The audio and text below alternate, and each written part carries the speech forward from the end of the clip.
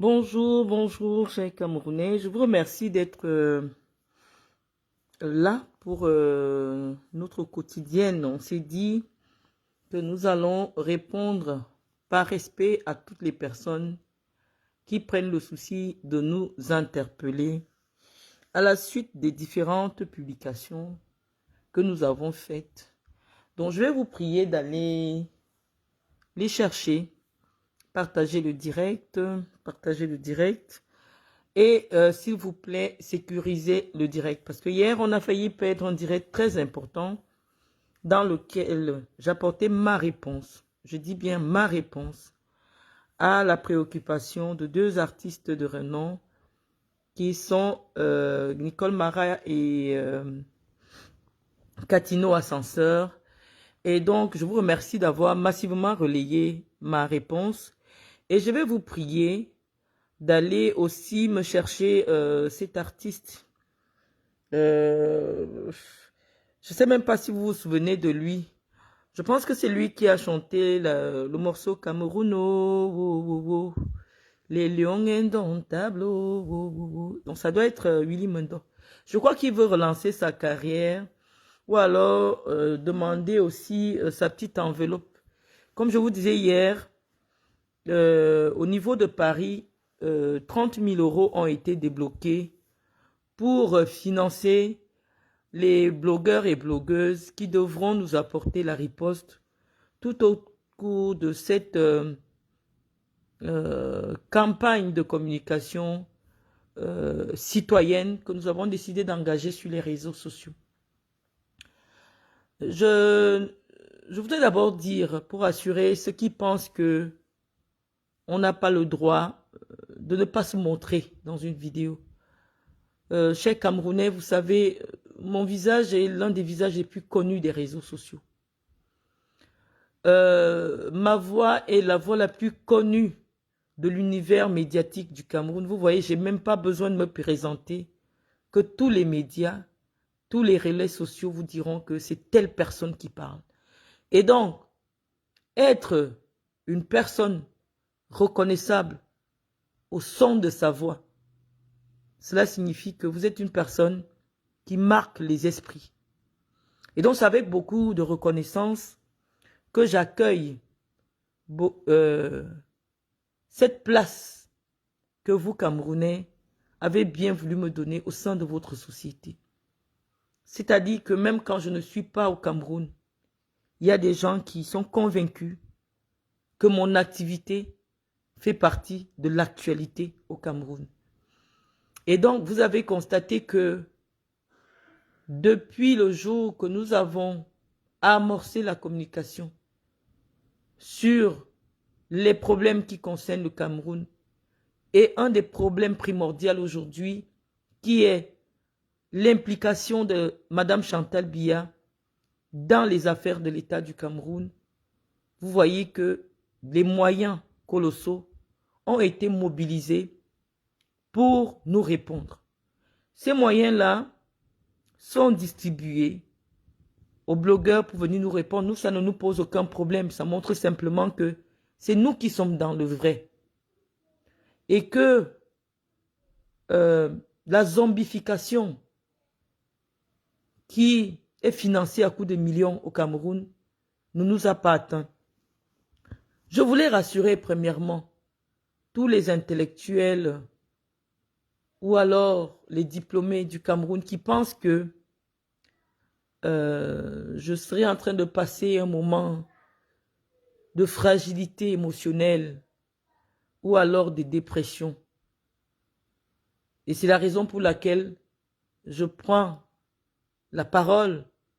Je leur dis simplement que s'il est vrai, un temps soit peu, que ces personnalités ont été à l'école, elles doivent reconnaître que mon discours est structuré.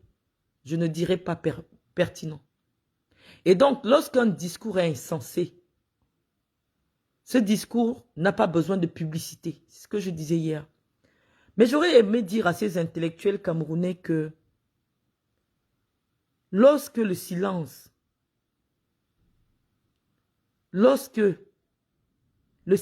cache les mots, M-O-T-S. Il réveille trop souvent les mots M-A-U-X. Je vais me répéter. Lorsqu'on décide de cacher à travers les mots la souffrance des gens, le niveau de décrépitude du Cameroun, on se rend complice des mots M-A-U-X qui minent notre société. Et moi, j'ai décidé de ne pas être complice, premièrement parce que je ne mange pas avec ces personnes. Ça ne me concerne pas, j'ai ma conscience. Cette conscience aujourd'hui qui me donne l'obligation de venir donner ma part de contribution. J'ai lu un enseignant-chercheur de l'université de Douala dans un petit commentaire qu'il a fait quelque part, qui, dans une démarche maladroite, essayait de faire une psychanalyse de 2 francs sur ma personne en disant que je suis une personne en quête de reconnaissance. C'est la raison pour laquelle je m'exprime. Je suis une personne qui veut s'exhiber. C'est la raison pour laquelle j'aime montrer mes diplômes. Je dis, monsieur, vous parlez d'une autre personne. Vous ne parlez pas de moi. Et surtout, vous parlez de vous. Je n'ai jamais été en quête de reconnaissance. Je suis l'une des personnalités les plus connues au Cameroun. Pas parce que j'ai fait une vidéo sur qui que ce soit. Je suis l'une des personnalités qui a fait le plus de qui peut compter le plus de plateaux télé en invité principal au Cameroun. Pas parce que je partais parler de quelqu'un. Je suis bien consciente que ma position suscite des intégrations et parfois même suscite de la jalousie de la part de ceux qu'on ne peut même pas soupçonner. Les gens se demandent pourquoi cette femme capitalise autant d'intérêts.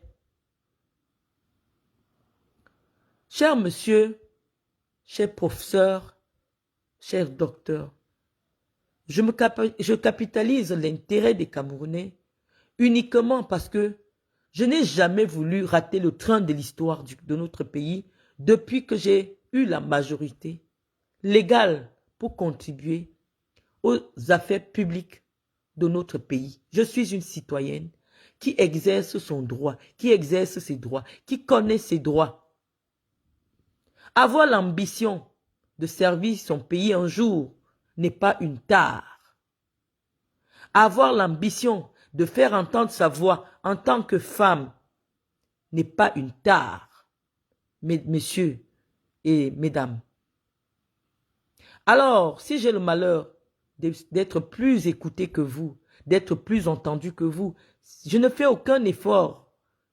La preuve en est que je refuse même de mettre mon visage, ce visage qui est suffisamment connu, et dont l'intonation de la voix parle à chaque Camerounais. Quand je prends la parole, même sans montrer mon visage, il y a au moins 5 millions de Camerounais qui peuvent identifier qui est la personne qui se cache derrière cette voix. Je suis la voix. Dans le bon sens comme dans le mauvais, je suis une voix qui porte dans votre pays. Et ce n'est pas à vous de me dire quels sont les combats ou quelles sont les idées que je dois développer sur mon mur à partir d'un pays qui n'est pas le Cameroun. Messieurs, je vis dans un pays de liberté, d'expression. La liberté, non le libertinage, dans le respect de la loi. Je sais, parce que j'ai étudié le droit, ce qu'on appelle insulte. Je sais, parce que j'ai étudié le droit, ce qu'on appelle diffamation. Je sais, parce que j'ai étudié le droit du Cameroun, ce qu'on appelle outrage. Et jusqu'à ce jour, je vous assure, je suis convaincu qu'aucun juré, aucune cour de justice ne peut me reconnaître coupable de diffamation. Alors, j'accepte venir à la barre de la justice populaire, de la justice des réseaux sociaux, malheureusement constituée des gens qui eux-mêmes n'ont pas encore suffisamment structuré leur intelligence, mais qui veulent écouter, qui veulent m'écouter, alors que nous n'avons rien à voir en commun. Le combat politique que nous le menons depuis des années sur les plateaux de télé. Nous le menons depuis des années dans les journaux. Je ne sais pas combien de fois j'ai fait la une des journaux au Cameroun. Pas parce que j'avais insulté quelqu'un. Simplement parce que l'intelligentsia, une certaine intelligence camerounaise, estime que ma parole compte. Et donc, messieurs et dames, je n'ai pas à rougir de prendre la parole. J'ai fait ma petite analyse à mon niveau, hein, parce que il y a des gens parfois, dès que je prends la parole, ont pour premier réflexe de contester ma légitimité. Est-ce que dans la constitution du Cameroun, il est inscrit pour avoir une carte de vote, vous devez présenter votre diplôme? Moi, j'ai lu la constitution du Cameroun, je l'ai étudiée, surtout celle de 96, qui est magnifique. Celle du 18 janvier 96. Je l'ai lu de long en large, j'en ai fait mon livre de chevet. Parce que j'ai beaucoup apprécié une matière qu'on m'a enseignée en première année de droit, qu'on appelle le droit constitutionnel, qui m'a été enseignée par les pères du droit constitutionnel camerounais. Notamment le défunt Bipoum Roum. Il m'a donné l'amour du droit constitutionnel. Je connais la constitution de mon pays. Je la connais, je la maîtrise au bout des doigts. Chaque article. J'en ai fait mon livre de chevet. Alors, lorsque je sais qu'on n'a pas besoin d'une légitimité intellectuelle pour exercer son droit de citoyen, je n'ai pas de leçon à prendre de vous. Je n'ai pas un concours de légitimité à passer auprès de vous. Je viens, je fais une analyse froide. Malheureusement, sur un média non conventionnel qu'on appelle Facebook, chacun a sa page Facebook et est libre de dire ce qu'il veut dans le strict respect de la loi.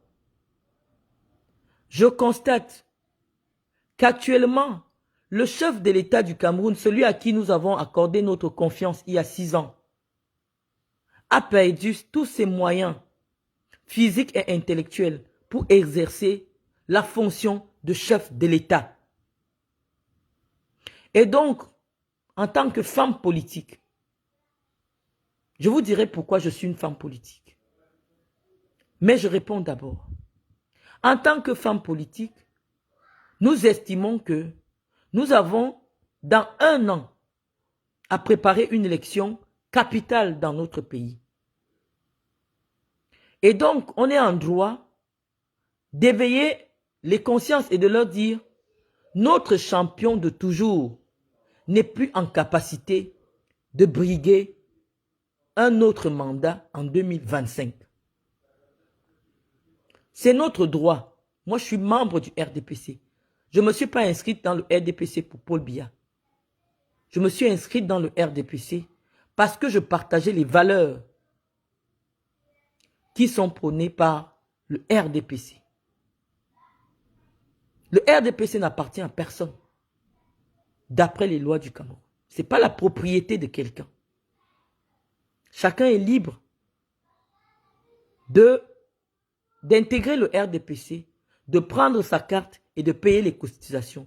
Et à ce niveau, je vous dis, je suis une militante modèle et qu'à chaque événement, dans la circonscription où je me suis inscrite, je suis considérée comme étant une élite. Je n'invente rien. Pour ceux qui me découvrent à travers mes communications de ces derniers jours, je vous invite à traverser au moins 5 publications vous verrez les invitations officielles que moi je reçois de mon parti pour assister à des réunions dans ma ville, dans la circonscription où j'ai décidé de militer. Alors, je n'usurpe pas la qualité de membre du RDPC. J'ai pris la parole pour sensibiliser les membres de mon parti pour attirer leur attention en leur disant en 2025, Paul Biya ne peut plus être notre champion. Paul Biya, visiblement, a perdu tous ses moyens. Et nous pouvions continuer à tromper les Camerounais si Madame Biya n'avait pas pris sur elle de commencer à diffuser ou à laisser diffuser des images dégradantes, des images qui montrent un président affaibli sur les réseaux sociaux. Voilà d'où vient mon interpellation de Madame Biya en lui disant que montrer notre champion de 2025 dans des états où il montre qu'intellectuellement il n'est plus présent, ça nous fragilise, nous les membres du RDPC.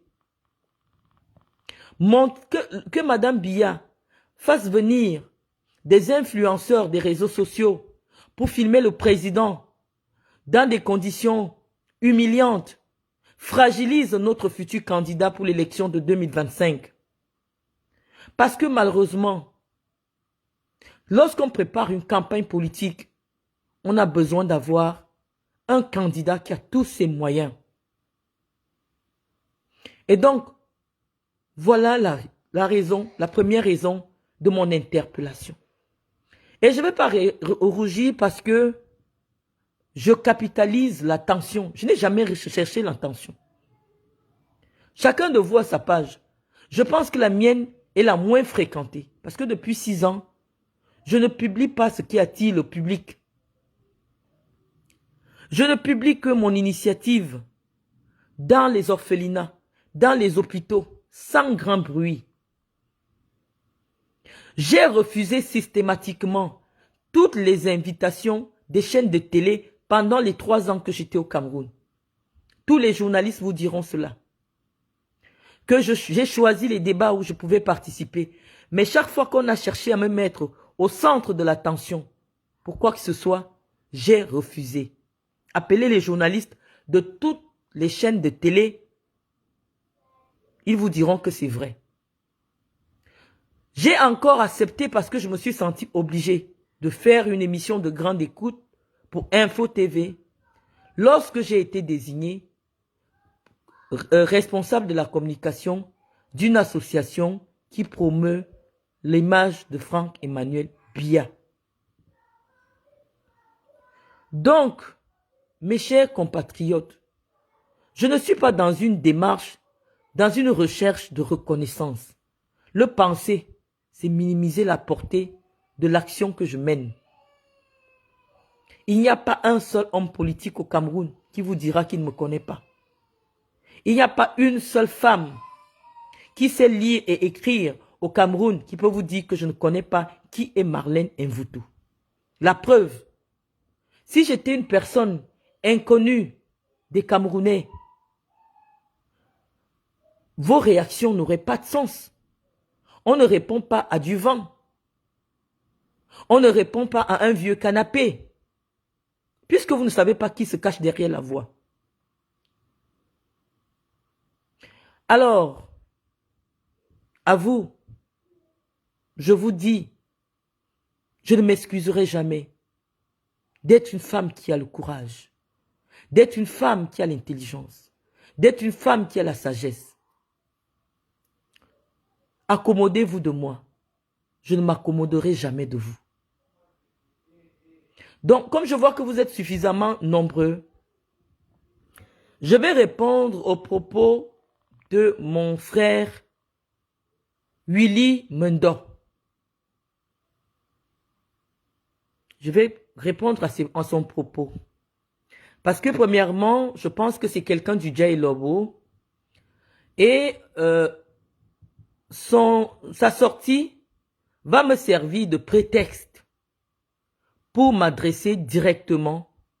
Parce que je crois que c'est la première personne intellectuellement structurée, originaire de mon département, où j'ai pris la carte du RDPC, qui décide de prendre la parole. Parce que je ne pourrais jamais mettre Willy Mendo dans la même case que Aline Zomobem ou Veuve Joyeuse.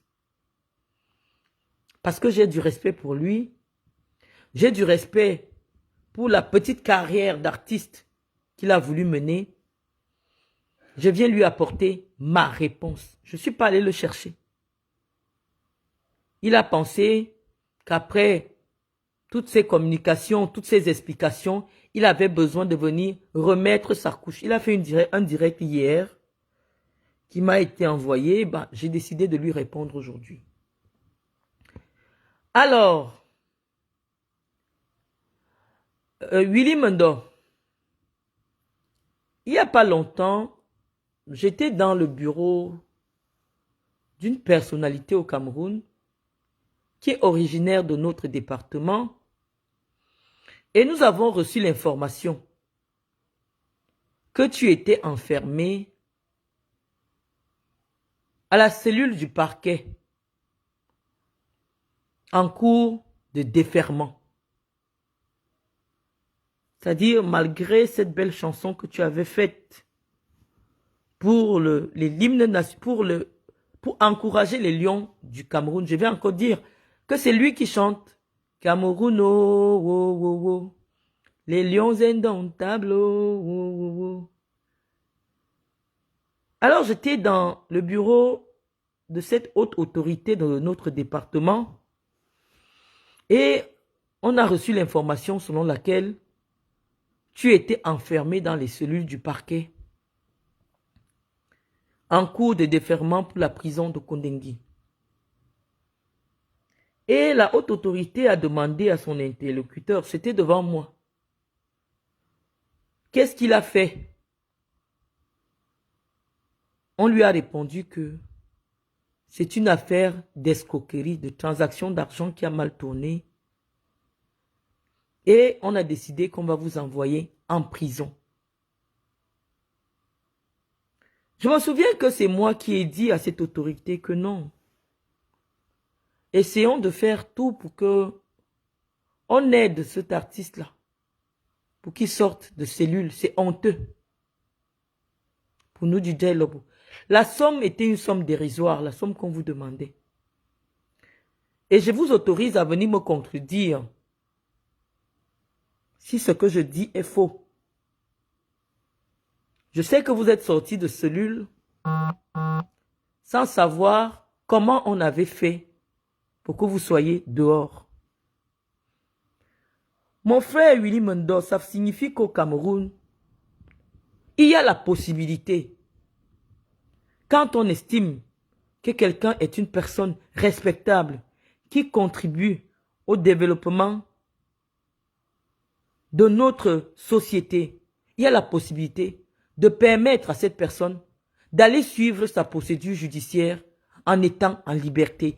C'est la loi de notre pays qui a prévu cela. La loi de notre pays dit que lorsque vous êtes poursuivi dans une affaire pénale, si vous pouvez justifier d'une adresse, si vous pouvez avoir un garant, on peut vous laisser comparaître libre. Ça, c'est la loi du Cameroun.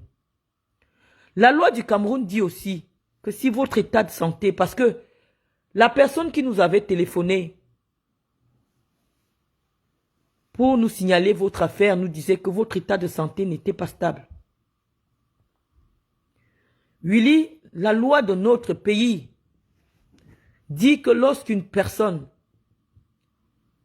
ne peut pas supporter la garde à vue à cause de son état de santé, elle ne peut pas être placée en détention. Nous, pour vous permettre d'être dehors, nous avons évoqué ces articles de notre loi fondamentale. Alors, mon cher Willy, à votre petit niveau, pour des petites chansonnettes que vous avez faites pour la République, une personnalité comme moi qui ne suis personne, une ancienne prisonnière, j'avais contribué intellectuellement auprès d'une personne pour qu'elle vous aide à sortir de prison, de la détention. Et donc, je pense, à mon sens, que si à votre petit niveau, avec des petites chansonnettes, une grande chanson, avec d'autres petites chansonnettes pour Chantal Biya que vous avez bien voulu faire, la promotion dans l'interpellation que vous m'avez accordée, nous pensons que vous méritez la reconnaissance de la République. Nous pensons que parfois la République peut vous soutenir. Mais imaginez-vous, mon cher Willy, qu'un autre artiste, que votre homonyme, Mendoze Gervais, qui a écrit des livres, qui a travaillé dans la très haute administration camerounaise, qui a donné de tout son savoir musical pour composer des odes à la première dame du Cameroun. Je vais chanter une que peut-être vous avez déjà entendue quelque part, par hasard. Elle dit Mbambe Sai, Mbambe Sai, Mbambe Sai, Mbambe. Je sais que vous avez déjà suivi ça quelque part. C'est une ode à Chantal Biya qui a été très appréciée par les Camerounais. Je sais à quel point le professeur Mendoze affectionnait la première dame du Cameroun. Vous l'avez d'ailleurs évoqué dans votre propos en disant que s'il est vrai que je suis une descendante du professeur Mendoze, je devais savoir que le professeur lui-même n'aurait jamais approuvé mon propos en ce qui concerne la première dame du Cameroun. J'aimerais vous dire que les boules disent toujours qu'on accouche un enfant, mais on n'accouche pas le cœur de cet enfant. Et que je suis une personne majeure. Et que ma réflexion intellectuelle n'est pas génétiquement acquise. Ce n'est pas parce que mon père ou alors la personne qui m'a élevé serait restée silencieuse face à une injustice qu'obligatoirement, moi, je devrais faire la sourde oreille face aux cris de souffrance des Camerounais. Moi, je pense que être silencieux face à l'ignominie, c'est être complice. Et moi, j'ai décidé de ne plus être complice. Parce que figurez-vous, mon cher Willy Mendoze, cet artiste dont les musiques sont encore utilisées aujourd'hui pour annoncer les discours du chef de l'État à la chaîne de télévision nationale, dont les musiques sont utilisées pour le défilé des forces armées lors de la célébration de la fête de notre unité. Cet artiste-là, Willy Mendoze, n'a pas eu la même chance que vous d'aller préparer sa défense étant libre. Or, il réunissait toutes les conditions requises par la loi pour comparaître libre. Parce que figurez-vous, mon cher Willy, lorsque le professeur avait été interpellé, il n'y avait pas un mandat d'arrêt contre lui. Je parle de ce que je sais parce que j'étais présente, malheureusement. Des hommes sont entrés dans le camp sans un mandat, sans aucune notification d'un juge, et lui ont demandé de le suivre, de les suivre.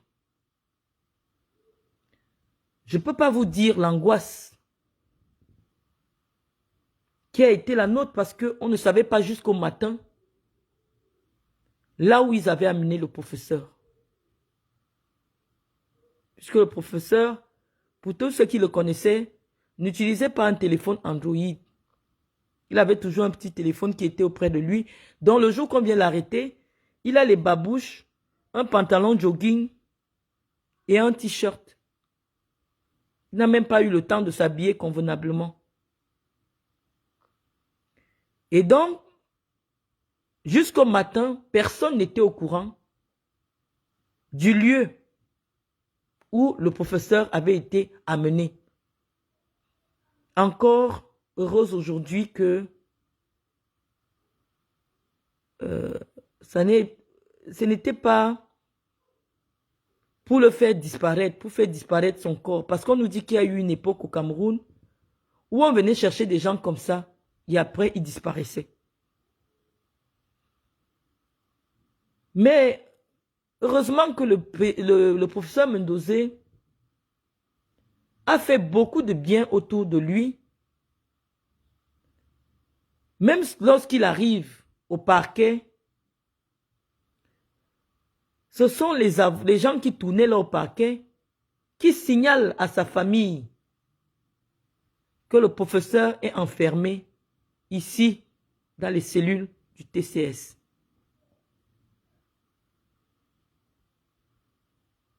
Il est resté là-bas quelques jours, le temps pour eux de ficeler, de rendre tout conforme, parce que vous savez, ça aussi c'est la particularité de la justice camerounaise.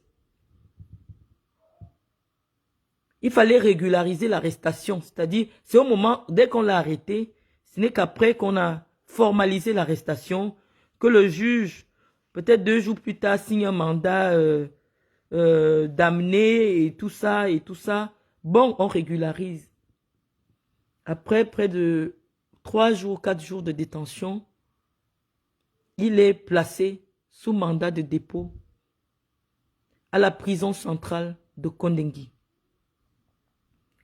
pour les motifs de détournement de deniers publics. Il avait 70 ans. Au moment de son arrestation, le professeur Mendozé est en phase terminale d'un diabète fulgurant. Au moment de son arrestation, le professeur Mendozé n'arrive plus à lire un document. Parce que malheureusement, comme vous savez, lorsqu'un homme a un certain âge et qui est atteint de diabète, les yeux sont affectés. Donc même pour sa propre défense, n'ayant plus l'usage de ses yeux, il ne pouvait plus lire les documents qu'on venait lui présenter. Mon cher Willy, votre homonyme n'a pas pu bénéficier de la même magnanimité, de la même clémence dont vous avez été le bénéficiaire, l'heureux bénéficiaire, pour aller préparer sa défense étant en liberté. Parce que un haut commis de l'État, quelqu'un qui a servi l'État à ce niveau, qui a pris sa retraite tranquillement, qui n'est pas un activiste politique, qui n'a jamais insulté qui que ce soit, on peut estimer que lorsqu'il y a simplement une interdiction de sortie du territoire, c'est quelqu'un qui ne va jamais s'enfuir. On ne refait pas sa vie à 70 ans.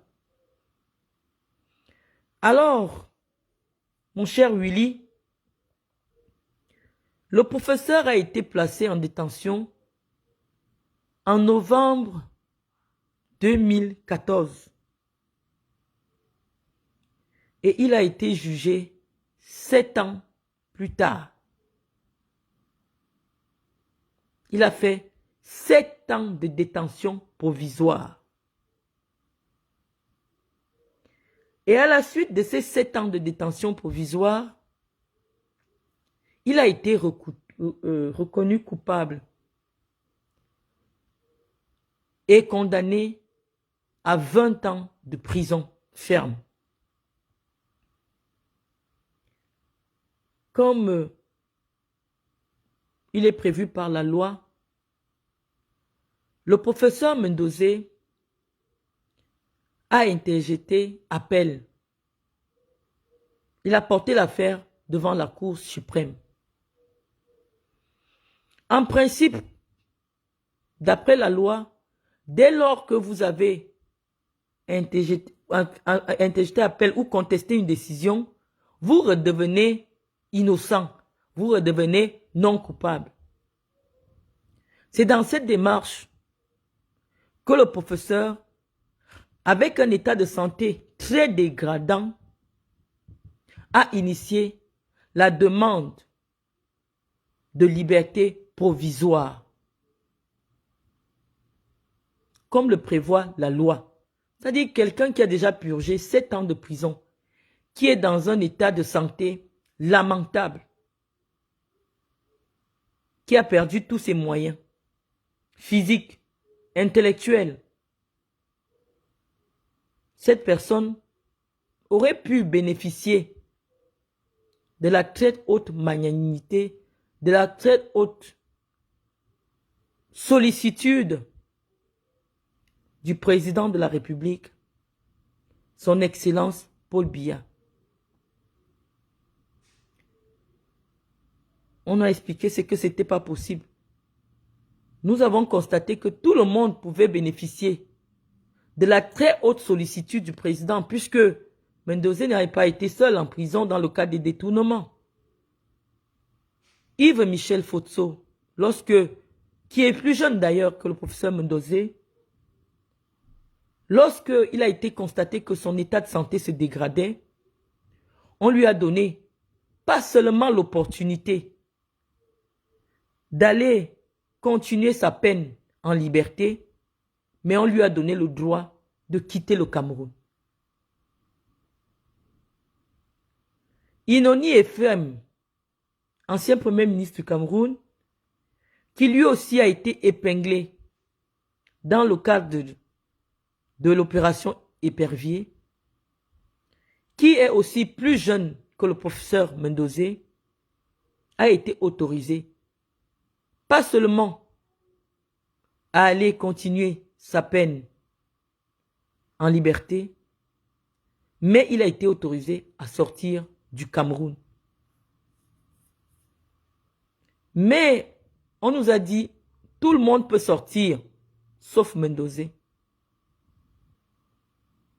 Mendozé doit crever en prison, parce qu'il le mérite.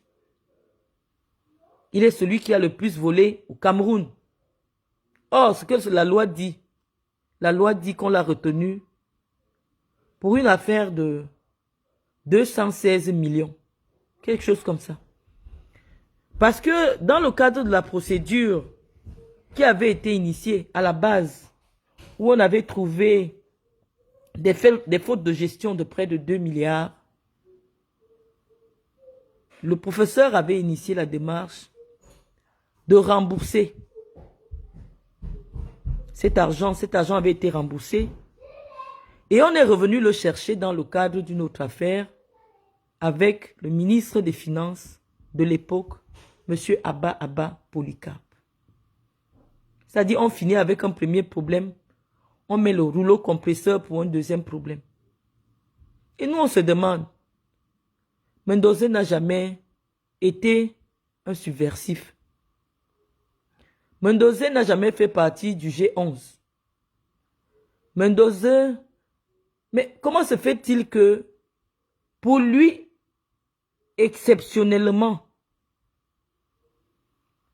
pour lui qui a voué toute sa vie à Paul Biya, qu'il a chanté, qu'il a écrit, pourquoi lui, il devait crever en prison? Bon, l'histoire nous dira plus tard. Mais mon frère Willy, je me suis demandé pourquoi on peut être le frère de Paul Biya, avoir servi Paul Biya toute sa vie et se retrouver à crever comme un chien en prison. Alors que la loi donne la possibilité à tous les citoyens de pouvoir bénéficier des aménagements de leur peine en fonction de leur état de santé. Et tu sais que nous, on est des gens du Congo-Ça. Dans le Congo-Ça présidentiel, parce que c'est toujours des gens qui sont à la présidence, qui nous ont expliqué que le professeur Mendoza était le prisonnier personnel de Madame Biya. Nous, on s'est demandé comment ça se fait que Madame Biya ait des prisonniers personnels. On a dit que Mendoza, comme il est le prisonnier personnel de Madame Chantal Biya, même Paul Biya ne peut pas le sortir de prison. Parce que moi, je sais. Moi, j'ai souvent vu, j'ai habité dans la maison de Mendoza, quelle que soit la nature de mes rapports avec lui. Je sais qu'il communiquait réel. Tous ceux qui ont habité avec lui le savent. Il avait un téléphone, un petit téléphone. Ce n'était pas Android. Lorsque vous voyez Mendoza se lever en courant avec ce téléphone, c'est le président de la République qui l'avait en ligne, en direct. Mendoza, dès qu'il voyait un certain numéro s'afficher sur ce petit téléphone-là, il se levait en courant dans toute la cour. Je dis que je n'ai jamais vu un homme d'une humilité. Je vous dis, il parlait avec le président au téléphone. À la limite, il voulait se mettre à genoux, alors que le président n'était même pas en face de lui. Même la façon de tenir le téléphone pour parler au président, il voulait seulement se coucher par terre. Moi, je sais que si le président avait encore tous les moyens, que c'est lui qui dirige, il aurait permis à Mendoza d'avoir une fin respectable. Moi, je le pense. Non pas par favoritisme, simplement parce que c'est la loi du Cameroun qui l'autorise. Que si un homme a déjà passé plus de 60 ans, on peut aménager, s'il n'a pas tué quelqu'un, s'il n'a pas violé des enfants, on peut aménager les conditions de sa détention. Mais on nous a expliqué que même Paul Biya ne peut pas enlever Mendoza de prison. Et donc, nous on veut savoir, parce que nous savons que la constitution de notre pays donne le pouvoir au président de la République de gracier des prisonniers. Nous le savons, c'est inscrit dans la constitution. Surtout, la constitution du Cameroun dit que le président peut gracier tout le monde, sauf ceux qui ont les crimes de sang. C'est-à-dire que les gens qui ont tué et qui sont en prison parce qu'ils ont tué les gens, ceux-là ne bénéficient pas de la grâce présidentielle. Mais Mendoza n'a tué personne. Lorsque Mendoza a eu l'argent, il n'a pensé que à envoyer les jeunes du Dia et Lobo à l'école. Parce que Mendoza était convaincu qu'étant lui-même de famille très pauvre. Je vous rappelle, il n'a pas connu son père. Il n'a pas connu son géniteur. Dans les débats de géniteurs n'ont jamais préoccupé Mendoza. Mendoza n'a pas connu son vrai père. Mais il était convaincu, Mendoza, que l'école peut être un ascenseur social au Cameroun. Que lui, fils d'agricultrice, d'une pauvre agricultrice, s'il est arrivé à se hisser au niveau de la pyramide sociale au Cameroun, c'est parce qu'il est allé à l'école. Alors, tout cet argent qu'il mettait pour payer les professeurs, qui donnaient des cours de répétition à tous les enfants de Saint-Mélima pendant les vacances, il avait pensé que chaque fois qu'il y a un concours administratif quelque part, il prenait sur lui d'aller plaider pour l'intégration à la fonction publique des enfants du Djay Lobo.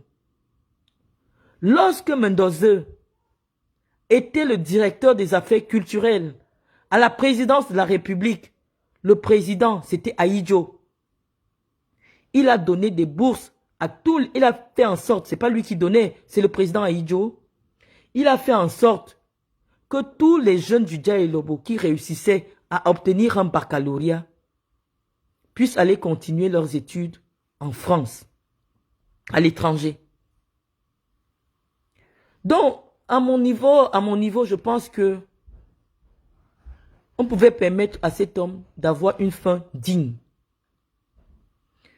Et donc, lorsque vous venez me demander, monsieur Willy Mendor, que est-ce que le professeur n'a pas d'autres enfants? Pourquoi les autres enfants sont silencieux? Est-ce que vous pensez que l'engagement politique et républicain est génétiquement transmissible ou familièrement, comment dire, génétiquement transmissible comme j'ai dit tout à l'heure? Est-ce que vous pensez que, parce que moi je fais la politique dans le Djay Lobo, Gérard Zemendo fait la politique au même niveau que moi? Est-ce que vous avez déjà vu un seul enfant de l'autre lit? Parce que des enfants hors mariage, je vais vous dire, le professeur en a eu au moins 4 qu'il m'a présenté, que je connais et qui me connaissent. Et donc, les enfants qu'il a eus avec une autre femme, ces femmes-là ne sont pas Marlène et Mvoutou. Ces enfants-là ne se sont jamais engagés dans l'action publique, dans l'action politique. Certains sont dans l'administration. Ceux que je connais sont des fonctionnaires au Cameroun. Et en tant que fonctionnaires, ils sont tenus à l'obligation de réserve. Un fonctionnaire, ça ne prend pas la parole comme ça. Mais moi, Willy Mendor, je suis considéré au Cameroun comme une intellectuelle dont la voix compte.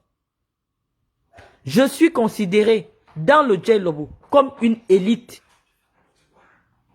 Lorsque j'arrive dans un meeting du RDPC dans le Djay Lobo, si le fils du professeur Mendoza, qui est actuellement directeur dans un ministère, je ne sais pas lequel des enfants, n'importe quel autre enfant, je ne vais pas citer Gérard, je vais citer d'autres, qui sont des enfants du professeur. S'ils arrivent dans le Djay Lobo, la place où on va me donner pour que je m'asseye ne sera pas la même place qu'on accordera à un autre enfant de Mendoza. C'est la place que moi j'ai arrachée dans le Djay Lobo par mon implication dans la vie des populations du Djay Lobo. C'est la place que j'ai arrachée par mon travail auprès des jeunes du Djay Lobo. Cette place-là, elle ne m'a pas été donnée parce que j'aurais prétendu être la fille du professeur Mendoza. Willy Mendor, cette place m'a été donnée Parce que j'avais 24 ans. J'étais déjà vice-présidente départementale de la FECAFOOT. Je m'occupais de réunir les jeunes, de leur acheter des équipements sportifs parce que j'étais convaincue que le football peut être un levier social, que le football est un facteur de rassemblement, que le football peut aider à la lutte contre la délinquance juvénile en encadrant les enfants pendant les vacances. Je le finançais avec mes moyens. Cette place que j'ai dans la région du Sud, c'est parce que j'ai été présidente régionale de la FECAFOOT pour la région du Sud. Je n'ai pas usurpé de ma place. Cette place ne m'a jamais été donnée pour m'endoser. Mais je me suis dit, si je me lève pour toutes les causes sociales qui concernent le département du Djai-Lobo, j'ai souvent pris la parole lorsque les jeunes du Djai-Lobo étaient marginalisés. J'ai toujours pris la parole lorsque les jeunes du Djai-Lobo étaient au chômage. Pourquoi je ne prendrais pas la parole pour un homme qui a donné sa vie, qui s'est investi pour le développement du département du Djai-Lobo et notamment de la ville de Saint-Mélima? J'ai pris la parole, pas pour défendre mon père, mais pour condamner une injustice. Monsieur Willy Mondor, vous m'avez demandé qu'en principe, mon village c'est où? Je serais une fille boulou d'où? Je refuse de parler en boulou parce qu'aujourd'hui, mon propos, la portée de mon propos va au-delà des petites limites de notre microcosme ethnique. Je vais parler en français. Vous savez, monsieur Willy Mondor, chez les boulous, pour citer la lignée d'un enfant, c'est la lignée de sa mère. Moi, Mvoutou Marlène, je suis la fille de Cotton Demba Elise, une fille boulou Yebay de Mekam, à 7 km de Saint-Mélima. Mon grand-père, mon grand-père s'appelait Ndemba. Luc Ndemba. Il était Yebay et sa mère était Yekombo. Et lui-même Ndemba était le fils de Zendemba. Donc, ma lignée maternelle, celle qui ne peut jamais être contestée, est dans Saint-Mélima. C'est d'ailleurs la raison pour laquelle les autres enfants du professeur Mendozé ne sont pas des Boulouins. Leur mère est Ewondo. Ça veut dire que quand on est déjà dans la cour de Saint-Mélima, c'est la fille d'une fille de Saint-Mélima qui parle. Parce que chez les Boulous, la lignée, elle est matriarcale. Ma mère, elle est Boulou. La mère de ma mère s'appelle Ontolonjoua Anne, du village Nkolafendek, sur la route de Djoum. Elle-même, elle était la fille du chef fondateur du village Kolafendek qu'on appelait Ondjoua Jean. Je te donne ma lignée matriarcale. Parce que chez les Boulous, on dit que seule la fille Boulou connaît le vrai père de son enfant. C'est pour ça que chez les Boulous, c'est les femmes qui parlent. Donc vous ne pouvez pas me contester mon appartenance à la tribu Boulou. Monsieur Willy Mondor, vous m'avez dit que les Boulous ne se comportent pas comme ça. Ça veut dire que vous ne connaissez pas l'histoire des Boulous. Les Boulous, non, le peuple Boulou est un peuple fier. C'est le seul peuple, malgré le fait que ce soit leur frère qui soit à la tête de l'État, qui se décide souvent pour dire qu'aujourd'hui c'est fini, on casse vite, il casse tout à Sammelima. C'est le seul peuple qui se rebelle au Cameroun. Vous ne connaissez pas le peuple Boulou. Les Boulous sont les seuls qui n'ont jamais accepté l'esclavage.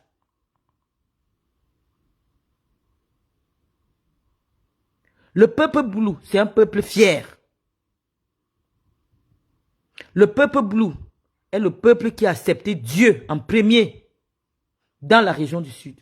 C'est la raison pour laquelle vous verrez que lorsqu'on fait le culte à l'église presbytérienne, la plupart des textes sont écrits en Boulou. C'était la langue des intellectuels indigènes. Non, notre peuple n'est pas un peuple de Timoré, monsieur Mendo. Le peuple Boulou n'est pas un peuple de faux cul. Mendoza était un fonctionnaire. Et donc, il ne pouvait pas s'exprimer. Mais moi, je ne suis pas fonctionnaire.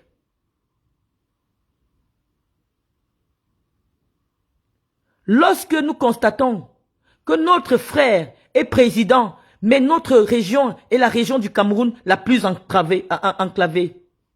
Lorsque nous constatons que notre frère est président et la jeunesse du Sud est au chômage.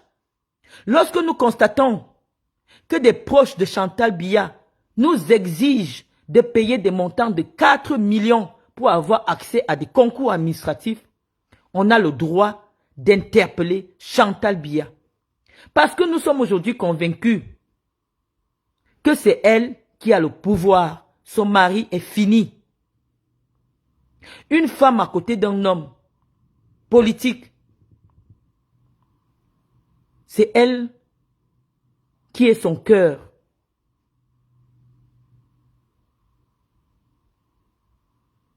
C'est elle qui est sa conscience. Cette femme devait dire à son mari, mon cher mari, les Boulous sont les seuls qui ont toujours voté à 100% pour toi. Surtout les Boulous du Djai-Lobo. Une seule voix n'a jamais cherché son frère dans le Djai-Lobo. Mais comment se fait-il que tous tes petits frères soient en prison avec des peines de 30 ans, de 25 ans de prison? Essaye de leur faire une grâce présidentielle. Ababa a déjà fait 17 ans en prison. Libère-le. Ses enfants souffrent de ne pas le voir. Libère-le, ça fait déjà beaucoup. C'est elle, cette femme-là, pour qui toutes les femmes veulent se lever, qui allait dire à son mari, ce n'est pas juste que Mbongo soit en prison au même moment que sa femme. La complicité de détournement. Le juge est libre, c'est pour ça qu'on donne un quantum de la peine. La loi a prévu un quantum. On peut dire, oui, nous sommes au courant qu'on a utilisé son nom pour faire des marchés. Mais c'est une femme qui a été avec moi au CERAC. Essayez un peu de lui donner même 2 ans ou 3 ans de prison. Elle sort pour s'occuper de son mari. Mais Madame Bongo a pris 10 ans de prison. Et son mari en a pris 30. Donc, les enfants de Mbongo aujourd'hui ont 2 parents qui rassemblent 40 ans de prison. Le même nombre d'années que Paul Biya a fait au pouvoir. Mais nous, on a vu l'investissement de Mbongo pour ce régime. On dit non, on n'est pas d'accord. On n'est pas d'accord.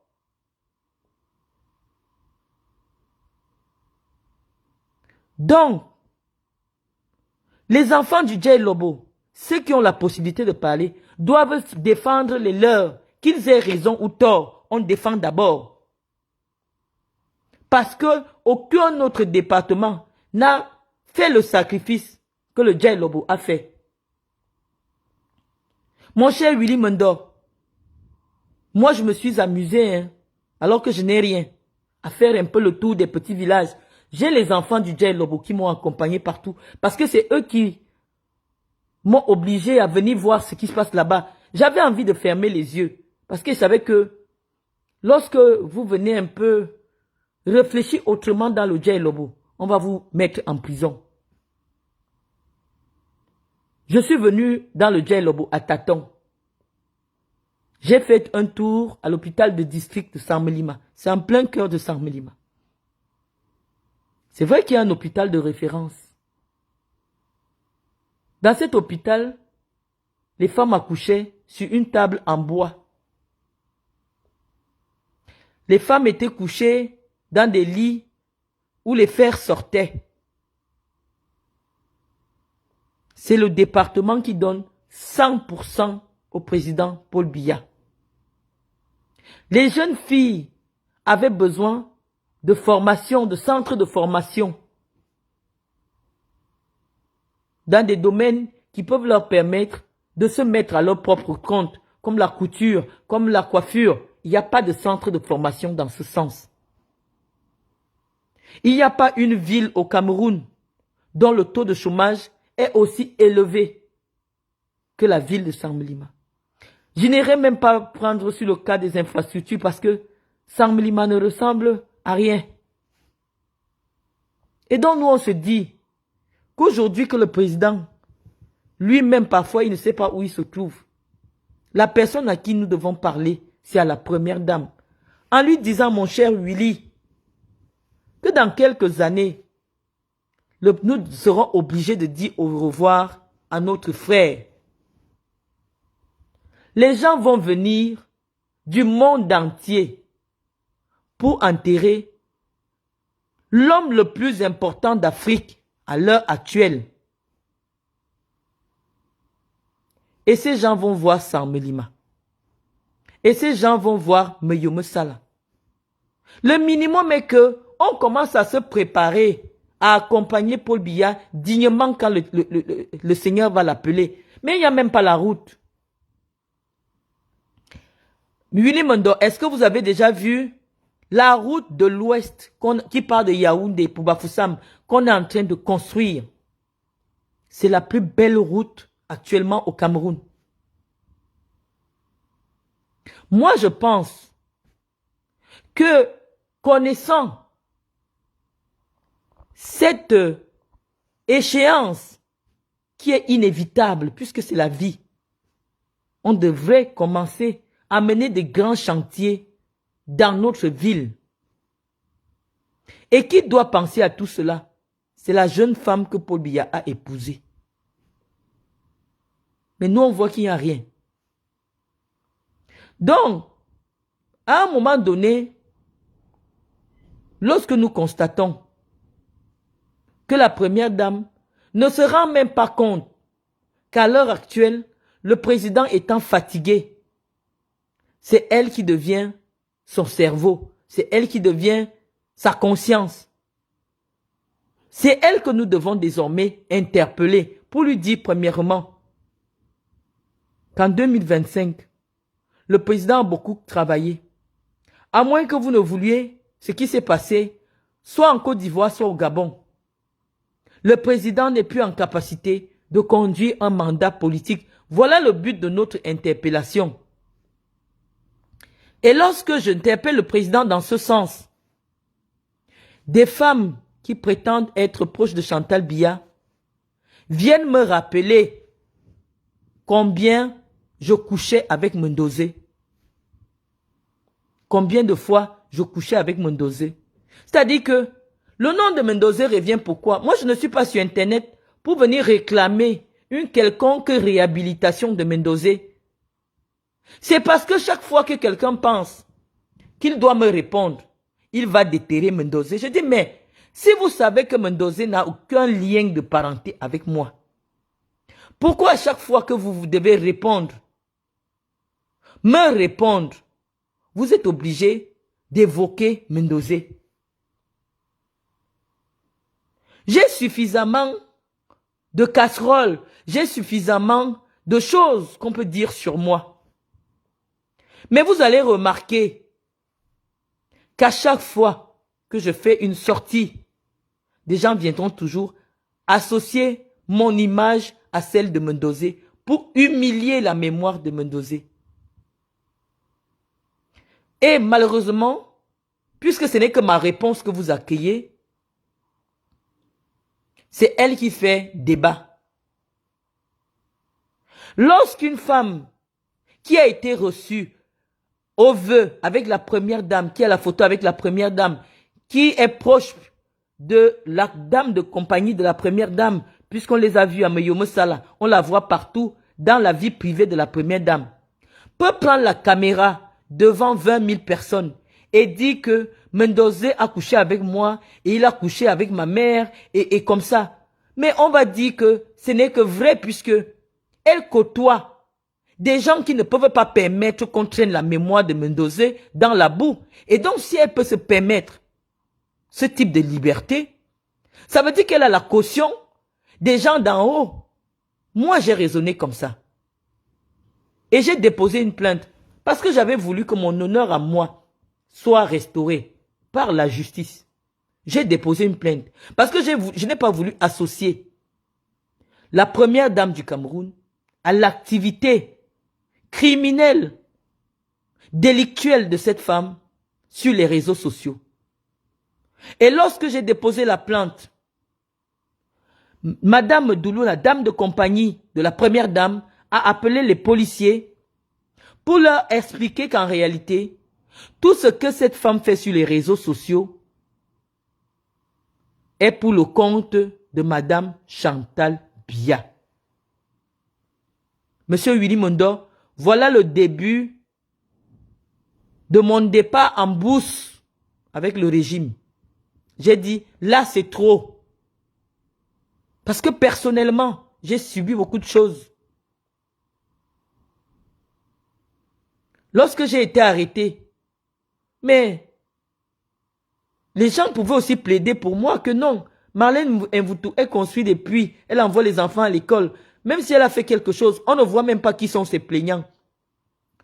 Permettez-lui d'aller répondre de ses actes étant libre. Puisqu'elle a des petits-enfants, elle a un enfant qui est malade.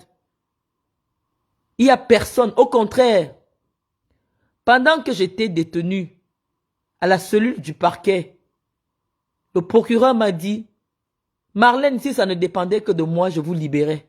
Vraiment parce que le dossier, je ne vois pas ce qu'il y a dans le dossier.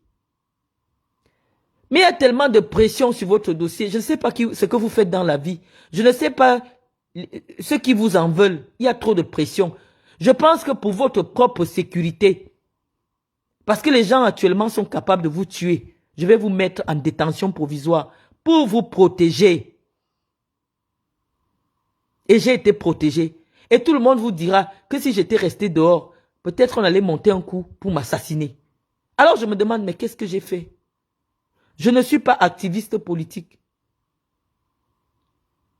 Je ne suis pas de l'opposition.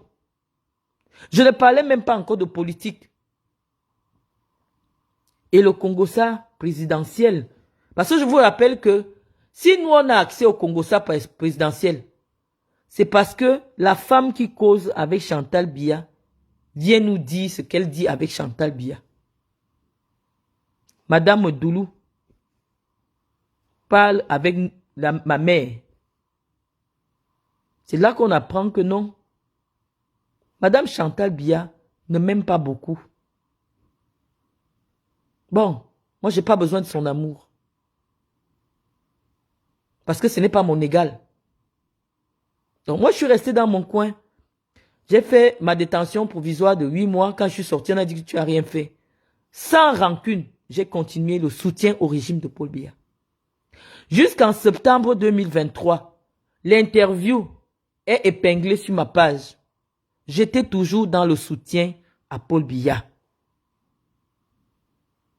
J'ai pris mon avion tranquillement lorsque on m'a informé que ma plainte ne peut aller nulle part parce que la personne qui m'insulte est une communicatrice de Chantal Biya et qu'elle le fait pour Chantal Biya. J'ai pris mes clics et mes claques. Je suis rentré chez moi. Je n'ai pas fui le Cameroun. J'ai toujours habité la France. Vous ne me connaissez pas, monsieur Mendo.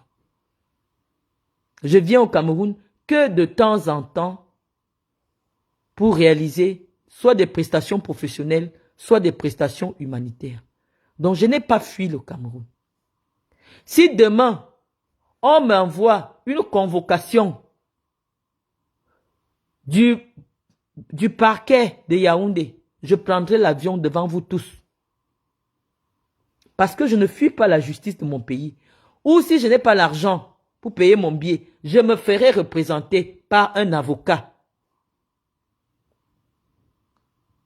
Je ne fuis pas la justice de mon pays. J'ai confiance en la justice de mon pays.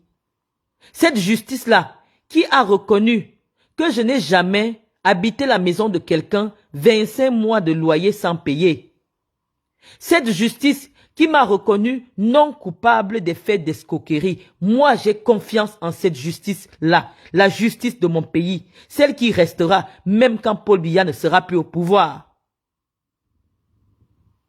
J'ai confiance en cette justice. Et parce que j'ai confiance en cette justice, je me préserve de me rendre coupable des faits d'outrage ou d'insulte. Sur le plan politique, quand vous êtes une femme politique, vous avez le droit d'interpeller n'importe quel homme politique.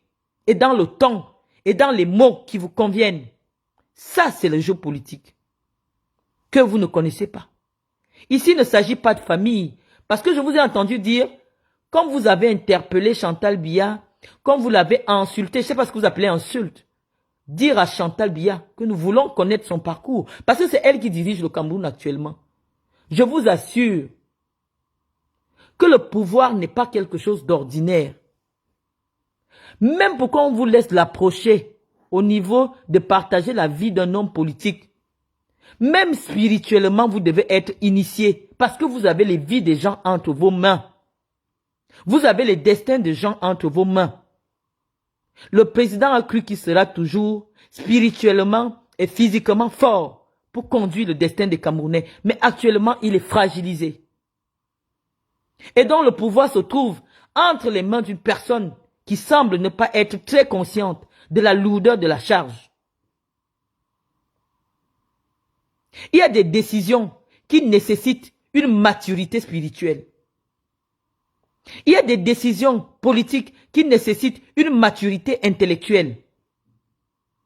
Mais en ce moment au Cameroun, il y a parfois des décisions où les gens sont obligés de tourner le Cameroun en dérision. Parce qu'on ne sent pas la maturité intellectuelle dans toutes les décisions qui sortent actuellement du palais de l'unité. C'est la raison pour laquelle nous sommes obligés, moi personnellement, obligés de venir dire à Madame Biya, de dire au président de ne plus se présenter. Parce qu'il va entrer négativement dans l'histoire. Même si on lui donne le pouvoir en 2025 et qu'il décède au pouvoir, c'est nous les boules qu'on viendra tuer. Parce qu'il y aura eu la guerre. Le président du Sénat actuellement au Cameroun n'est pas en capacité d'organiser une élection 45 jours après le départ de Paul Biya. Il n'y aura pas élection. La seule façon pour laquelle la transition politique au Cameroun peut être apaisée est uniquement que Paul Biya lui-même de son vivant procède à la passation du pouvoir. Et là, les esprits seront apaisés. C'est une analyse d'une ancienne prisonnière. Mais cette analyse est suffisamment prise au sérieux. Donc, Willy Mendor, je ne viendrai jamais demander pardon aux Boulous parce que les Boulous m'ont vu à leur côté pour creuser des puits et ils savent que mon propos est suffisamment pertinent. Je n'ai pas offensé les Boulous. Quand je dis que ce n'est pas normal que les jeunes Boulous diplômés aujourd'hui soient obligés de payer pour avoir accès à des concours administratifs, je n'insulte pas les Boulous. Je n'insulte pas les Boulous quand je vois que dans nos villages, même il n'y a pas l'électricité, alors que notre frère est président depuis 41 ans. Je n'insulte pas les Boulous. Je n'insulte pas les Boulous quand je dis que notre frère n'a plus la force et que les gens se servent de sa main, de sa signature pour s'enrichir. Je n'insulte pas les boulous. Mais dans un précédent propos, j'ai dit aux femmes camerounaises que je leur présentais mes plates excuses si elles avaient pensé que mon propos sur Chantal Biya les concernait. Je me suis déjà excusé. Et je continuerai toujours à m'excuser devant toutes les femmes camerounaises si un seul jour, elles ont considéré que mon propos sur Chantal Biya les concernait. Mais malheureusement, est-ce que ce qui concerne les Camerounaises concerne Chantal Biya? Visiblement non. Chantal Biya, elle a certaines choses où elle a été cantonnée. Mais le reste de la vie des Camerounaises, ça semble ne pas trop l'intéresser. Nous n'avons jamais vu sa main délicate, mais ferme, pour l'amélioration des conditions de vie des Camerounaises. Nous n'avons jamais senti son amour maternel, sa perspicacité de femme dans les décisions qui sont prises en faveur ou en défaveur des femmes camerounaises. Donc, si les Camerounaises se sentent solidaires de tout ce qui arrive à Chantal Biya, nous, notre constat est que Chantal Biya ne s'est jamais sentie solidaire de ce qui arrive aux Camerounais. Sinon, ou si oui, elle aurait demandé à chaque mairie de construire un forage. À une époque au Cameroun, au temps d'Aïdjo, tout le monde se souvient de la borne fontaine dans les quartiers. Les Camerounais se souviennent qu'à une époque, tous les quartiers avaient des bornes fontaines. L'eau, l'accès à l'eau est un droit reconnu par les Nations Unies comme étant un droit universel. Est-ce qu'aujourd'hui, ce droit universel est accessible aux Camerounais? Est-ce que les Camerounais ont l'eau? Or, creuser un petit forage pour chaque quartier ou pour chaque ville va coûter seulement 4 millions de francs CFA. Chaque mairie peut trouver 4 millions pour installer une borne fontaine publique. Mais on constate qu'à Yaoundé, au quartier Sos, les gens boivent l'eau d'une mare. C'est-à-dire l'Omfundi a été détourné et il y a de l'eau qui coule et les gens partent puiser cela pour donner à leurs enfants. Moi, je pense que Chantal Biya aurait pu conseiller à son époux de demander aux mairies de se doter des groupes électrogènes qui coûtent 7 millions là, ceux qui peuvent arroser 30 km. Pour qu'à chaque fois que Néo est défaillante, que la mairie lance son réseau de distribution. Pour que les Camerounais en pleine capitale ne restent pas 5 jours sans courant. Ça, c'est possible. Ce n'est pas pour rien que les Blancs ont fabriqué des groupes électrogènes de cette capacité. Moi, je me souviens, moi je suis né à Djoum, qu'à une époque, il n'y avait pas la Sonel à Djoum, ou alors la Sonel utilisait un groupe électrogène, et c'est le groupe électrogène qui servait toute la ville. On savait quand même que tous les soirs, à partir de 18 h, les gens avaient l'électricité. L'accès à l'électricité aujourd'hui est un droit fondamental, essentiel. On ne peut pas dire qu'on va se développer et devenir un pays émergent alors qu'on n'a pas d'énergie. Le Cameroun a suffisamment de cours d'eau. Il y a un barrage même qu'on a construit qui a coûté des milliards et des milliards aux Camerounais. Comment se fait-il que le Cameroun soit en pénurie d'électricité? Voilà les problèmes qui intéressent les Camerounais. Les Camerounaises, à côté aussi, la Camerounaise aujourd'hui, avec 3000 francs, ne peut pas rentrer avec un repas complet pour sa famille.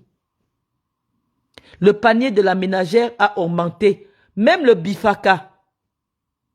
À une époque, on achetait le tas à 100 francs. Coûte 1000 francs aujourd'hui. On ne sait pas. C'est-à-dire, les salaires n'augmentent pas. Mais c'est le coût de la vie qui ne fait qu'augmenter. Les loyers au Cameroun pourraient être encadrés parce qu'on indexe les loyers sur la valeur des salaires. Comment quelqu'un qui gagne 150 000 comme professeur ne peut pas se loger parce que les bailleurs au Cameroun fixent les loyers comme bon leur semble. Il n'y a aucune loi qui encadre les loyers au Cameroun. Je parle des loyers. Parce qu'aujourd'hui, c'est l'étiquette que je porte comme celle qui est incapable de payer un loyer. Mais les loyers au Cameroun ne sont pas payables avec les salaires du Cameroun. Quelqu'un ne peut pas gagner 200 000. Mais pour avoir une maison de 2 chambres à Yaoundé, ça coûte 250 000. Il va prendre l'argent où pour vivre? Voilà les vrais problèmes des Camerounais. Pourquoi on vous paye pour la distraction? J'ai eu la confirmation. Source sûre que 30 000 € ont été débloqués hier dans une institution à Paris pour financer la campagne de riposte à Marlène Mvutu. Cet argent-là, mon frère Willy Mondo, peut déjà creuser 5 puits dans 5 villages à Samulima. Et je suis sûr que si dès demain on inaugure un puits à Mekam, ce sont les gens de Mekam, dans le village de ma mère, où j'ai amené les Serge Meva et autres, qui feront la vidéo en disant Marlène, Tambia, Jo ne sait, Ngwa kwa bon mamendok, Jo e bien mamendok, Bibi bile mendim, Bibi bile bisai, Bibi bile bidi, Jo e bien ne sait. Que l'on bon on la mintan, bien y on voy. Amendo, Jo en dok. Ngwa que Jo na wa bon dok. Na wa fo yi na be lu mo money. Bon do Jo e. Amendo, Jo e ma. Bulub ba wo lun. Boulou ba nyinga be. Boulou be te ya. Boulou be te ya. Parce que la politique de notre boulou a toujours été de nous dresser les uns contre les autres. Dès qu'il y a un qui se plaint, on peut avoir son frère. On dit, tu sais ce que ton frère avait là. C'est ça qu'on va te donner. Il faut que tu le trahisses. Hein? Comme ça, on va aussi te donner. Parce que le boulot est essentiellement individualiste. Moi, j'ai tout, Willy Mendo. J'ai tout.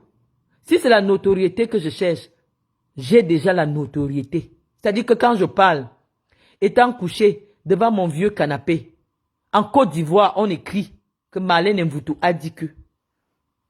Au Mali, on écrit Marlène Mvutu a dit que. Donc, si ce n'est que dans la recherche de la starmania des réseaux sociaux, franchement, ça fait belle lurette. Vous avez vu quand on m'a chassé d'une maison, ça fait le tour du monde. Parce qu'on ne filmait pas une inconnue. On filmait une femme qui est connue par des millions de gens.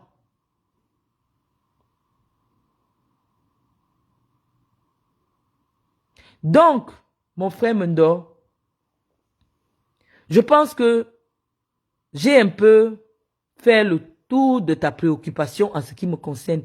Je te dis que moi, je me suis déjà excusé auprès des Camerounais. J'ai déjà demandé pardon aux Camerounais qui se sont sentis choqués par mon interpellation à l'endroit de Chantal Biya. Le pardon, il est sur ma page. Lorsque je m'exprime, je suis suffisamment différente. suffisamment obséquieuse. Je ne suis pas responsable des interprétations. Dans mon frère Mendo, les boules n'ont rien à me reprocher. Cherche ton argent. On dit qu'on partage ça au niveau de l'ambassade du Cameroun. Il y a quelqu'un là-bas qui a reçu l'argent. Si tu veux qu'on t'envoie aussi ta part, va chercher. Mais au fond de ton cœur, tu me remercieras parce que sans ma sortie, personne ne se souviendrait plus de toi. Donc, comme on n'a pas commencé avec le JAPAP, on va terminer avec le JAPAP. J'ai vu quelques blogueuses du Cameroun, des réseaux sociaux qui m'ont aussi interpellé avec leur niveau d'intelligence. J'ai vu la blogueuse El Compressor, la chancelière, qui m'a interpellé en disant que une prisonnière comme moi, je ne peux pas interpeller la première dame. J'aime les analphabètes. Au final, je les aime parce que si je ne les aimais pas, je ne viendrais pas tout le temps apporter un peu de l'huile à leur ignorance. Compressor, l'ancienne première dame du Gabon est aujourd'hui prisonnière. La prison est le seul endroit où un président peut sortir du palais et devenir prisonnier, et un prisonnier sortir de prison et devenir président. C'est le seul lieu qui est réservé aux gens qui ont un destin exceptionnel. Même dans l'histoire de la Bible, lorsque Joseph devait devenir le premier ministre de l'Égypte et qui allait sortir la famille de son père de la misère, Joseph a d'abord fait la prison. Et c'est de la prison qu'on l'a sorti pour devenir premier ministre de Pharaon. Et le motif qu'il avait amené en prison, qui avait amené Joseph en prison, était un motif plus humiliant que le motif qui m'a amené, moi, en prison. Le motif qui a amené Joseph en prison était qu'il voulait violer une femme. La femme de Potiphar. Joseph est allé en prison pour viol, quelque chose de plus grave. Moi, j'y étais pour un délit qui ne donne même pas 1 an de prison. Donc, je n'ai pas à rougir parce que je sais que si ça se passe mal demain, tu vas entendre que Chantal est en Kundengui. Et ça ne va pas chauffer. Parce que c'est malheureusement le destin de ceux qui arrivent à ce niveau.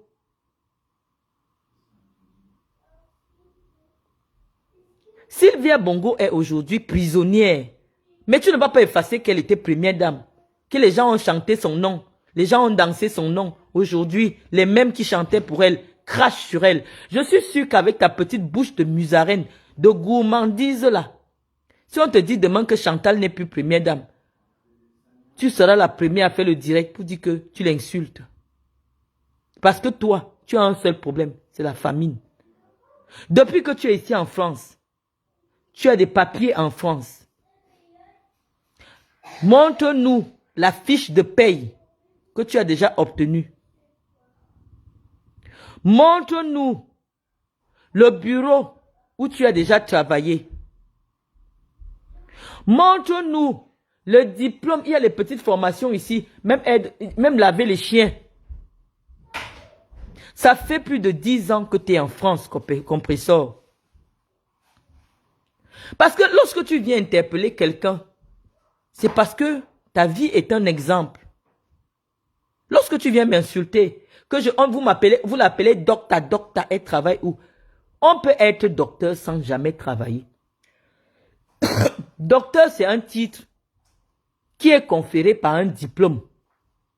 Et de nombreux docteurs sont au Cameroun actuellement, ils demandent le boulot, ils n'ont pas de boulot. Moi, je suis docteur en ayant passé 11 ans à la CIATV comme haut cadre. Tu me demandes que j'ai travaillé où? Docteur, je sais que comme tu es analphabète, le docteur n'est pas uniquement le médecin. Moi, mon docteur, ce n'est pas le docteur pour dire que je suis médecin. On m'appelle docteur parce que j'ai un diplôme où les Français ont écrit « Ce diplôme lui confère le grade de docteur ». Ce diplôme, je vous l'ai déjà montré sur Internet. Mais pour que je travaille en France, je suis obligé de renouveler mes papiers. Et c'est ce que j'ai fait. J'ai renouvelé mes papiers. Et donc, je vais me mettre employé de mon propre cabinet qui s'appelle Intermédiatis, que j'ai créé en France en 2010. Tout le monde peut aller vérifier. Et dès que je pourrai me lever de mon vieux canapé, je vous ferai la visite guidée de mon cabinet. C'est une promesse que je tiens devant 1500 personnes. Donc, compresseur, il n'y a pas une loi qui supprime les droits civiques à quelqu'un parce qu'il a fait la prison. Vous êtes là, vous êtes une entreprise pour abrutir les masses. Ton seul problème avec moi aujourd'hui, c'est que tu te rends compte que désormais, la personne qui a pris le pouvoir sur les réseaux sociaux, c'est Marlène. Au lieu que les gens viennent nous écouter, insulter le cul, insulter les fesses, insulter Waka, ils partent s'agglutiner chez Marlène et Mvutu. Toi, tu viens me faire une concurrence de blogueuse. Je ne suis pas blogueuse. Je ne cherche pas les étoiles. Ma page n'est pas monétisée. Mais je dis que j'utilise ce média que Paz Zuckerberg nous a donné pour parler directement aux Camerounais sans filtre. Parce que je suis sûr qu'ayant moi, avec mon expérience à la télé, qu'il n'y a aucune émission de 2 heures dans une chaîne de télé. Les formats en télé sont connus. Aucune chaîne de télé ne peut me laisser faire un monologue de 2 heures. Mais Facebook permet même de s'asseoir et de parler pendant 4 heures. Chacun a son couloir dans son blogging. Mon couloir, depuis des années au Cameroun, ça a toujours été dans le sens de l'action publique, de l'action politique. Tu viens faire la guerre avec moi, ou tu me promets le clash. On t'a dit qu'ici, je parle des affaires de camions. On t'a dit qu'ici, je parle de l'affaire des clients. Je ne veux même pas montrer ma face pour que vous ne disiez pas que, regardez, tous les soirs, elle fait déjà le make-up pour venir chercher les clients. Elle cherche un noir. Parce qu'elle veut goûter le plantain, le bon plantain. Moi ici, je ne parle pas de plantain. Je refuse de montrer mon visage. Pour vous prouver que ce n'est pas moi que les gens viennent suivre. C'est la connaissance qui attire les gens. C'est la connaissance, c'est le savoir qui retient les gens.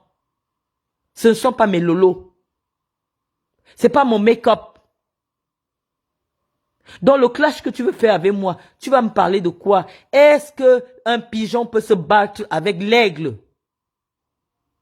Toi, tu es un pigeon. Même lorsque t'avais interdit de ne pas aller filmer le professeur quand tu faisais tes dons, c'était uniquement parce que même un prisonnier a le droit au respect de sa dignité. C'est pour cela qu'on ne filme pas quelqu'un qui est en détention provisoire en le présentant dans un journal officiel comme étant un prisonnier de luxe. Compresseur, lorsque tu es descendu à Kondengui, Canal 2 a fait un reportage dans lequel on a filmé le professeur Mendozé et d'autres ministres qui sont détenus à Kondengui en disant que les prisonniers de luxe. C'est pour cela que j'étais intervenu. Pour dire non, moi-même ayant fait la prison, on fait la distinction entre les condamnés et les prévenus. Le professeur Mendozé n'étant pas condamné, on n'avait pas à le présenter comme un prisonnier de luxe dans un journal télévisé. Et je crois que le ministre a écouté ce que j'avais dit et a interdit que désormais, les caméras n'entrent plus à Kondengui pour filmer les gens. Si ce que j'avais dit était insensé, tu devais repartir là-bas et on allait te filmer. Mais tu as bien compris que quand c'est Marlène Mvoutou qui parle, le ministre de la Justice, écoute. Donc, vous les petites femmes là, des réseaux sociaux, pourquoi vous aimez m'attirer? Vous ne voyez pas que je suis l'aigle? Je vole très haut. Je ne suis pas à votre portée. Même ceux qui vous payent pour me répondre ne vous veulent pas du bien. J'ai vu celle de Fleur de Lille tenter de m'interpeller en prétextant que elle m'avait rencontré en 2014 lorsque je sortais de prison. Or, c'est faux. Amout est là. Le président Amout qui a permis que je la vois pour la première fois de ma vie. Amout est là et il peut témoigner que je n'ai jamais porté un maillot des Lions indomptables. C'est pour ça que je ne vous respecte pas, vous les petites, les anciennes prostituées. Bon, vous continuez toujours à vous prostituer, hein, mais d'une autre manière parce que vous n'avez plus le physique qui convient pour faire la prostitution industrielle qui était votre métier. Flore, lorsque tu m'as rencontré, j'ai refusé de te saluer. Et président Amout peut témoigner. Tu voulais faire la photo à côté avec moi, j'ai refusé. J'ai dit que je suis une personnalité publique. Je ne peux pas faire les photos avec une femme qui a les seins dénudés. C'est ce qui t'a frustré. Donc imagine-toi que ce que tu dis, Gaël Nganamouit était avec nous. La femme de Amout était avec nous. Et je te dis pourquoi j'étais avec Amout ce jour-là. Amout est venu visiter mes bureaux de l'Omnisport. Mes bureaux qui étaient situés en face de l'école publique japonaise à l'Omnisport. Après la visite des bureaux, c'est Amout qui m'invite manger le taro. Je lui dis, j'ai jamais goûté à ça, ce sera avec plaisir. Nous sommes partis à Essos, après à Mimboman, après avoir visité ses bureaux aussi à lui, nous sommes allés manger. Je suis sorti avec des joueurs de foot, hein, mais je n'ai jamais porté un maillot. Actuellement, j'ai un contrat avec un équipementier. Je distribue des maillots, mais je n'ai jamais porté un maillot. Lorsque tu oses, cette sale prostituée là, celle qui couche avec les chiens là, la honte des Bamileke là, tu oses dire, moi m'appeler pauvre femme.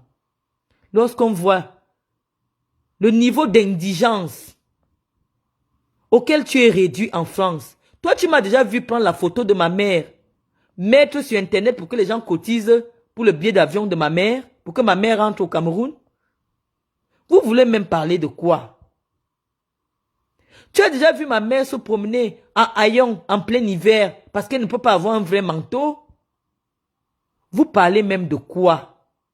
Les mensonges que tu fais là, les petits montages avec les fémans que tu fais, où tu manques que tu as les chantiers là. Tu as déjà posé un titre foncier en ton nom sur Facebook, les gens ont confirmé. Nous on pose les documents à la portée des gens qui allaient vérifier. Voilà mon titre de propriété. Flore, si tu es propriétaire au Cameroun, pose ton titre foncier.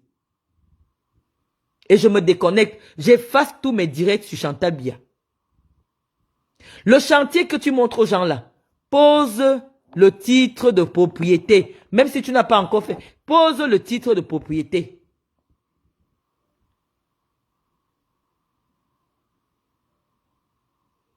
Donc, si tu as déjà eu un terrain à ton nom au Cameroun, un titre foncier à ton nom, c'est le défi que moi je pose pour que j'efface tout ce que j'ai dit sur Chantal et que je me déconnecte des réseaux sociaux. Pose le titre foncier des chantiers que tu montes. Si on ne vient pas vous répondre, c'est parce qu'on banalise vos bêtises. Depuis, tu me cherches. Mais moi, j'ai toujours des témoins. Amout n'est pas mort. La femme d'Amout n'est pas morte. C'est Amout qui nous a invités au restaurant. Je ne te connaissais pas. Et Amout sait que quand tu as voulu lancer l'appareil pour faire les photos, je leur ai dit, séance tenante, que moi, je ne me laisse pas prendre en photo dans des lieux comme ça, avec des femmes habillées comme ça. Je vous l'ai dit, je te l'ai dit directement. Je sais que ça t'a frustré.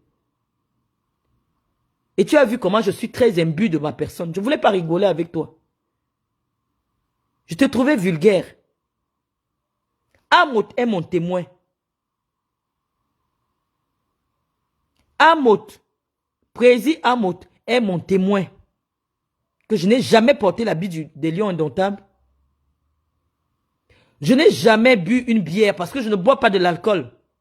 Lorsque tu viens mentir que j'ai bu 2 Guinness, non, je ne sais pas de qui tu parles. Je ne goûte pas une seule goutte d'alcool. Tous ceux qui me connaissent le savent. Mais comme plusieurs personnes, je ne suis pas une femme vulgaire. Les gens ne me connaissent pas. Les gens peuvent aller croire ce que tu dis. Mais pourquoi tu viens avec des mensonges de bas étage comme ça? Vous savez, même dans la prostitution, il y a des catégories. Vous êtes des petites prostituées de 20, de 10 euros. Ce n'est pas votre niveau. Même si j'ai aimé des hommes pour l'argent, ce n'était pas votre niveau. Flore, moi je peux poser un titre de propriété à Yaoundé. Je peux donner le nom de ma société en France, Intermédiatis. Tout le monde peut chercher. Je peux donner le nom de ma fondation, Fondation Marlène Mvoutou. Tout le monde peut chercher. Je peux poser l'acte de vente sur la maison où j'ai été chassé. Tout le monde peut vérifier. Toi, viens nous poser uniquement ton titre foncier. J'efface. Si tu veux rendre service à Machantou, viens poser ton titre foncier. Et moi, j'efface tout ce que j'ai dit sur ma page. Et je fais une vidéo avec mon visage pour demander pardon à Chantal Biya. Tu vois, je te donne beaucoup. Sors ton titre foncier, Flore. Sur la maison où tu t'es arrangé avec les Feman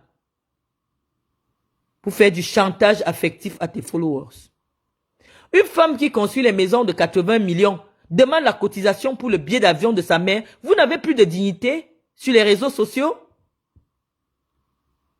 Où est passée votre dignité? Je sais que les prostituées n'ont pas de dignité. Mais où est passée votre prostituée? Votre dignité. Respectez même vos parents, non? Hey, est-ce qu'on fait tout?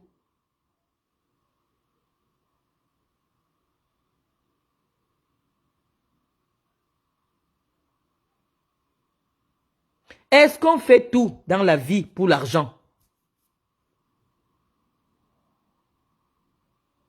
Viens poser ton titre foncier, j'arrête les directs. Donc, voilà pour ce qui était de ma réponse. Je vous dis, contestez mon dit doctorat, ne le contestez pas. Le blanc m'appelle docteur.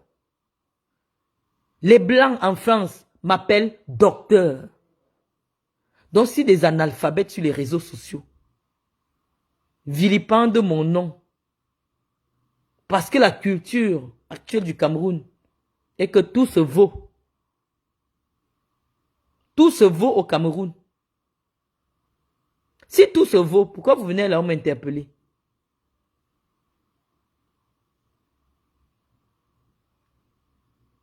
se vaut.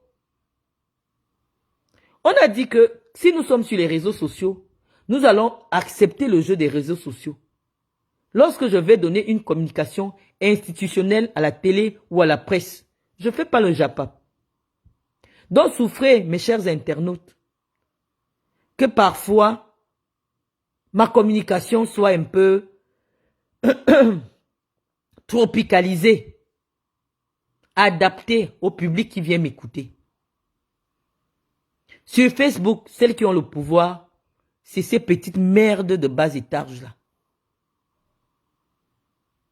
Et donc quand nous venons répondre à ces femmes-là, nous devons adapter le niveau de la langue pour qu'elles puissent comprendre. Et nous devons utiliser aussi les expressions qui leur sont familières. Donc, mes chers amis, on a passé beaucoup plus de temps. Oh, j'ai oublié qui, parce que il ne faudrait pas qu'une influenceuse se sente obligée, ou une blogueuse se sente oubliée. Est-ce qu'il faut reprendre toute la vomissure de cette pourriture de Zoa? Non, je pense pas. Ça n'en vaut pas la peine.